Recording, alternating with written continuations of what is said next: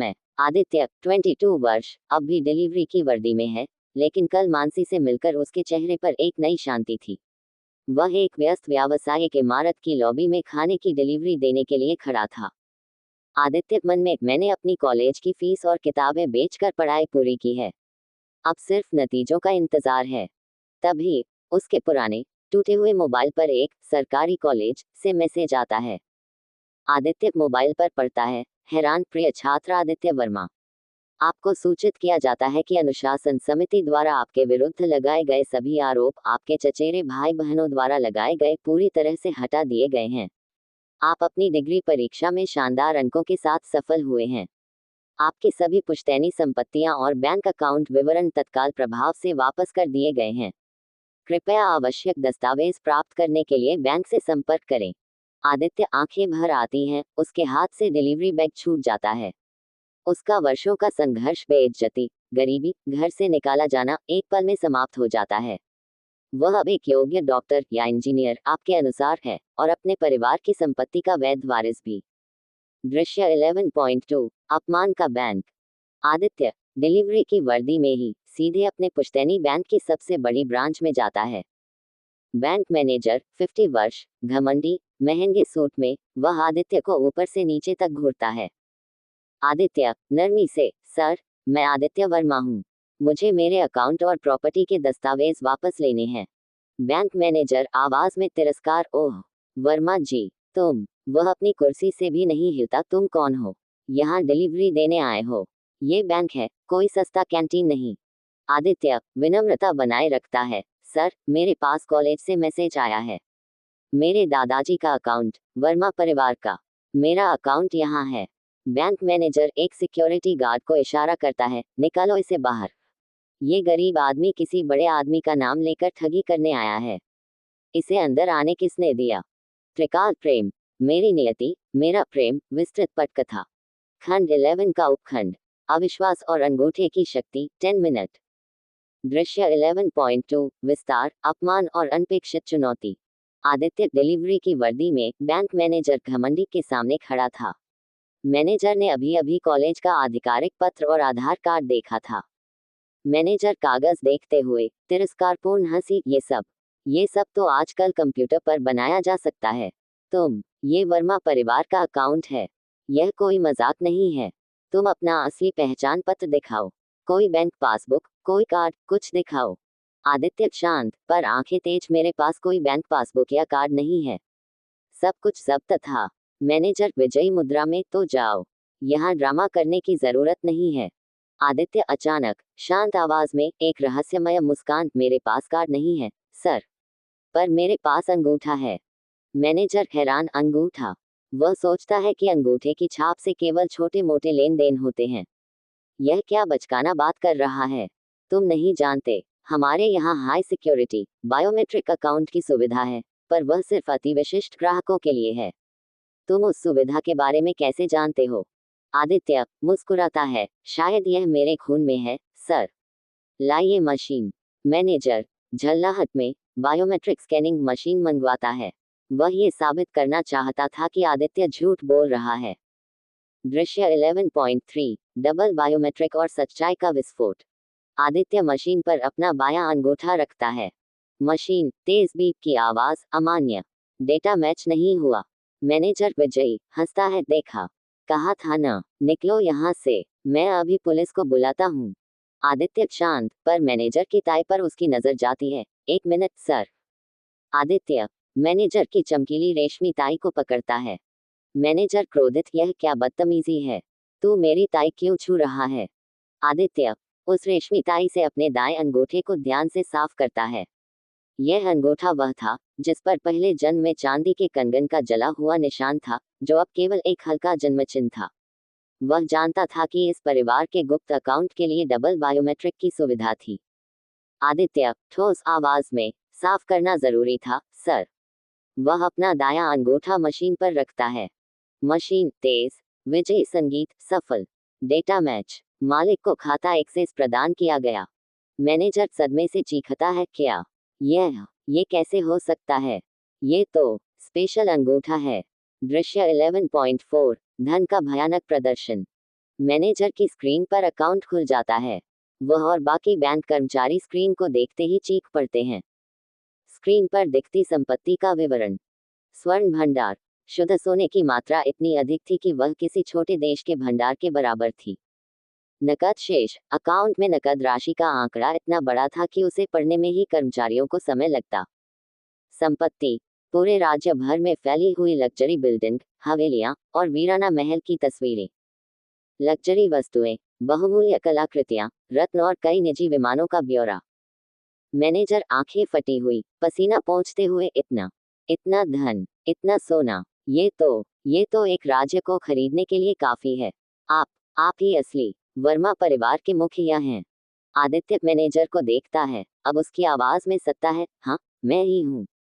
अब आप मुझे मेरे सारे दस्तावेज दें। और आप वह उस सिक्योरिटी गार्ड की ओर इशारा करता है जिसने उसे बाहर निकालने की कोशिश की थी। दोनों को कल से इस बैंक में काम पर आने की जरूरत नहीं है। आदित्य अपमान करने वाले बैंक मैनेजर को उसी पल बर्खास्त करके अपने आत्मसम्मान और अपनी नियति को पूरी तरह से बहाल करता है। त्रिकाल प्रेम, मेरी नियति, मेरा प्रेम, विस्तृत पटकथा। खंड 12। अल्पकालिक परीक्षा और सौतेला द्वंद्व। 10 मिनट। दृश्य 12.1। बैंक में रहस्य का पर्दा। आदित्य 22 वर्ष अब भी डिलीवरी की वर्दी में बैंक मैनेजर की मेज के सामने खड़ा था। उसने अपने दाएं अंगूठे का प्रयोग करके अकाउंट का सारा विवरण उजागर कर दिया था। मैनेजर और कर्मचारी सदमे में थे।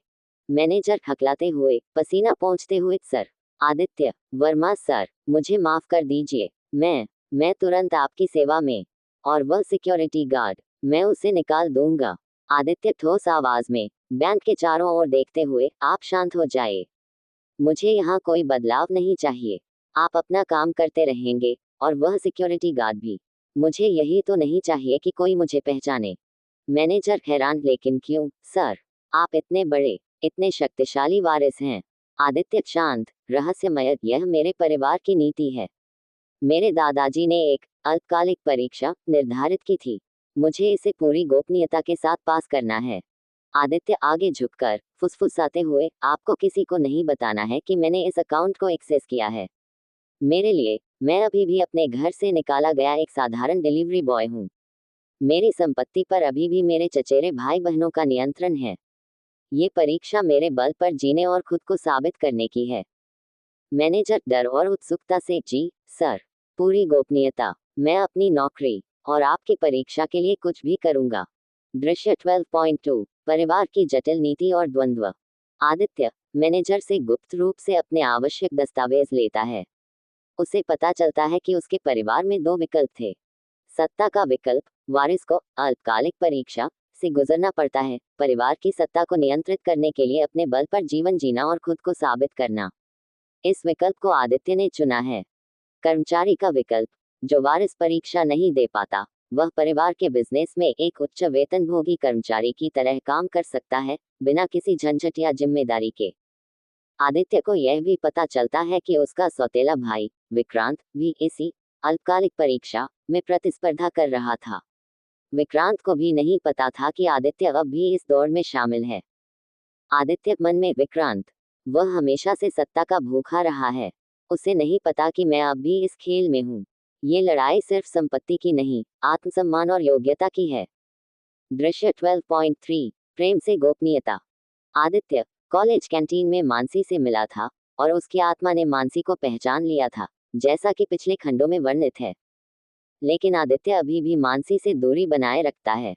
आदित्य मन में दृढ़ संकल्प, मानसी मेरी नियति है, मेरा शाश्वत प्रेम। पर जब तक ये अल्पकालिक परीक्षा पूरी नहीं होती और मैं अपने परिवार के नियमों का पालन नहीं करता, तब तक मैं उसे इस सब में नहीं फंसा सकता। उसे नहीं पता चलना चाहिए कि मैं असल में कौन हूँ। ये गोपनीयता मेरी परीक्षा का हिस्सा है। आदित्य मानसी से दूरी बनाए रखता है। उसे केवल एक साधारण संघर्षशील छात्र के रूप में मिलता है। वह अपनी डिलीवरी बॉय की नौकरी को भी तब तक जारी रखता है जब तक उसे परीक्षा पास करने का उचित समय नहीं मिल जाता। दृश्य 12.4। विक्रांत का अहंकार। दूसरी ओर विक्रांत, जो आरामदायक जीवन जीने का आदी था, आत्मविश्वास से भरा था कि आदित्य के बिना वही एकमात्र सच्चा वारिस है। विक्रांत अपने गुर्गों से, वह आदित्य डिलीवरी बॉय अब कहीं सड़क पर भीख मांग रहा होगा। मैंने उसे हमेशा के लिए रास्ते से हटा दिया। अब ये सारी संपत्ति मेरी है और मैं आसानी से अल्पकालिक परीक्षा पास कर लूंगा। विक्रांत अपनी विलासिता भरी जिंदगी जीते हुए दिखावा करता है कि वह परीक्षा की तैयारी कर रहा है। उसे नहीं पता था कि आदित्य, जिसने 3 जन्मों में बलिदान दिए हैं, अब उससे कहीं ज्यादा मजबूत और समझदार हो चुका है। दृश्य 12.5 संघर्ष की शुरुआत। आदित्य अपनी डिलीवरी की वर्दी में अपनी पढ़ाई पर ध्यान केंद्रित करता है और गुप्त रूप से अपने पूर्वजों के व्यापार के बारे में जानकारी इकट्ठा करना शुरू करता है, सिर्फ अपने बल पर। उसका लक्ष्य अब स्पष्ट था, अल्पकालिक परीक्षा पास करके अपने परिवार के नियमों का पालन करना, विक्रांत के अहंकार को तोड़कर उसे सबक सिखाना, मानसी से शाश्वत प्रेम का वादा निभाना जब ये परीक्षा पूरी हो जाए। 13 अज्ञात प्रतिस्पर्धा और डिजिटल शक्ति। एक भव्य कॉन्फ्रेंस हॉल। आदित्य 22 वर्ष डिलीवरी की वर्दी में और विक्रांत 25 वर्ष महंगे सूट में सहित परिवार के सदस्य एक बड़ी स्क्रीन के सामने बैठे हैं। कानूनी प्रतिनिधि स्क्रीन पर वर्मा परिवार की उत्तराधिकार नीति अब शुरू होती है। यह कोई अल्पकालिक परीक्षा नहीं है, बल्कि एक अनिश्चितकालीन दौड़ है। ये दौड़ वर्मा एम्पायर के भविष्य की नींव है और आज से आपके सभी कार्य और जीवनशैली गोपनीय रूप से आकलित किए जाएंगे। पहला कार्य, टास्क 1, डिजिटल पहचान और जनसंपर्क। आपको अपने वर्तमान संसाधनों, आपके निजी खाते में शेष $1000 का उपयोग करके एक ऐसा ऑनलाइन मंच स्थापित करना है जो कम से कम $1 मिलियन का व्यापार करने की क्षमता रखता हो। विक्रांत फुसफुसाते हुए, ये तो बच्चों का खेल है। उस गरीब डिलीवरी बॉय के पास कोई संसाधन नहीं है। आदित्य अपने छोटे से कमरे में बैठता है। वह एक सोशल मीडिया अकाउंट बनाता है, delivery boy diaries the real hustle. वह अपनी डिलीवरी की नौकरी के दौरान आने वाली वास्तविक चुनौतियों और साधारण लोगों की कहानियों को ईमानदारी से दिखाता है। उसकी ईमानदारी और उसका अंडरडॉग स्टेटस तेजी से लोगों को आकर्षित करता है। उसका कंटेंट हफ्तों में लाखों फॉलोअर्स तक पहुंच जाता है और $1 और 50 सेंट मिलियन के व्यापार प्रस्तावों की क्षमता स्थापित करता है। विक्रांत अपने भव्य Instagram account the true air luxury lifestyle का इस्तेमाल करता है। वह महंगे सूट और लग्जरी कार में घूमने की तस्वीरें डालता है। विक्रांत अपने मैनेजर से, वह डिलीवरी बॉय डायरीज नाम का कोई मूर्ख आजकल वायरल हो रहा है। तुम ये सुनिश्चित करो कि हमारी प्रोफाइल सबसे लग्जरी दिखे। मैनेजर दबी आवाज में, चिंता से सर, मैंने देखा है। उनके फॉलोअर्स की संख्या हमारी प्रोफाइल को टक्कर दे रही है, महज $1000 के बजट के साथ। विक्रांत हंसता है, तुम चिंता मत करो। ये गरीब अपनी मेहनत बेच रहा है, मैं अपनी विरासत बेच रहा हूँ।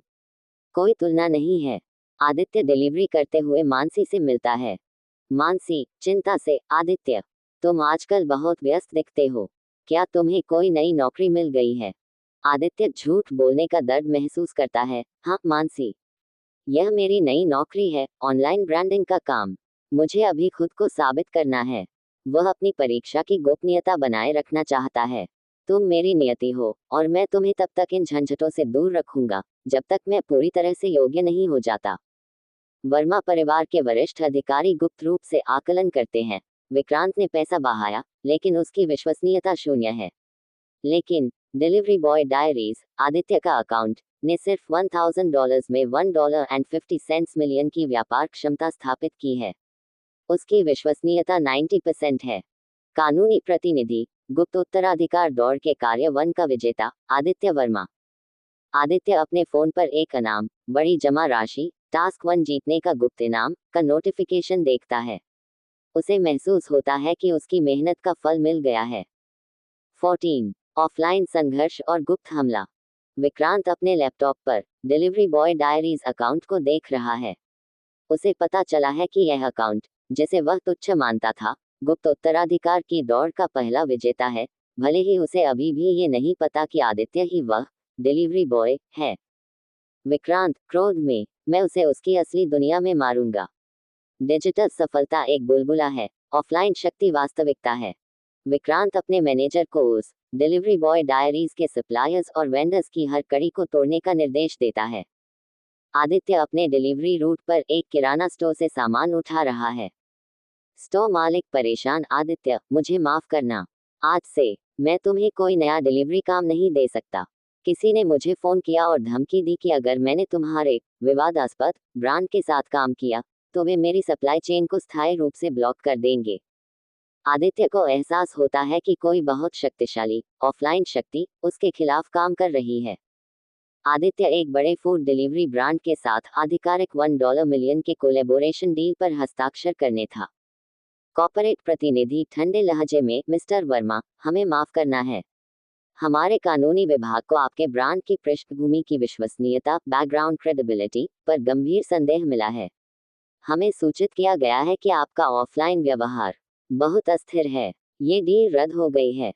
आदित्य को एहसास होता है कि कोई उसके खिलाफ प्रतिस्पर्धात्मक अवरोध और संसाधन का बचाव की परीक्षा शुरू कर चुका है। विक्रांत अपने अपार्टमेंट में शैंपेन पीते हुए अपने मैनेजर से कहता है, देखा, उस गरीब डिलीवरी बॉय का बुलबुला फट गया।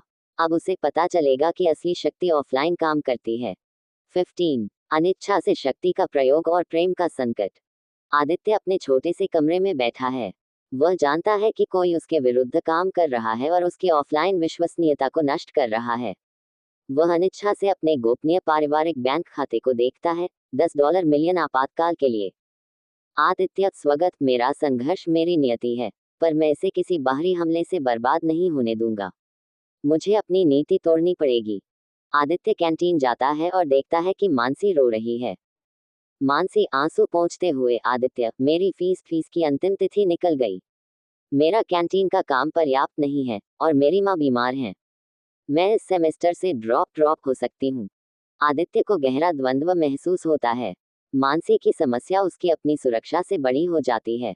आदित्य अपने पुराने विश्वसनीय पारिवारिक आईटी संपर्क को एक गुप्त कोड के माध्यम से कॉल करता है। आदित्य, निर्देश देते हुए, ठंडे और दृढ़, मेरे व्यापार को नष्ट करने वाले स्रोत को खोजो और उनके व्यापार के कमजोर बिंदुओं पर चुपचाप दबाव डालो। ये सिर्फ व्यापारिक प्रतिशोध होगा। लंबी सांस लेता है, और हाँ, मेरे लिए मानसी के कॉलेज की फीस का इंतजाम करो। ये सुनिश्चित करना कि यह एक अनाम छात्रवृत्ति फंड, अनोनिमस स्कॉलरशिप फंड के माध्यम से हो। उसे कभी नहीं पता चलना चाहिए कि यह मेरी तरफ से है। आदित्य अनिच्छा से अपने गोपनीय धन और संपर्क का इस्तेमाल करता है, एक ऐसा कदम जो उसकी नैतिक नीति के विरुद्ध था, लेकिन प्रेम और आत्म सुरक्षा के लिए आवश्यक था। मानसी अपने कॉलेज की प्रिंसिपल के ऑफिस से बाहर निकलती है। मानसी, उत्साहित, आदित्य, एक चमत्कार हुआ। मुझे अचानक एक अनाम छात्रवृत्ति मिल गई। मेरी पूरी फीस कवर हो गई है। मुझे नहीं पता कौन है, पर वह मेरा देवदूत है। आदित्य, मुस्कुराते हुए, ये तुम्हारी मेहनत है, मानसी। तुम एक योग्य उम्मीदवार हो।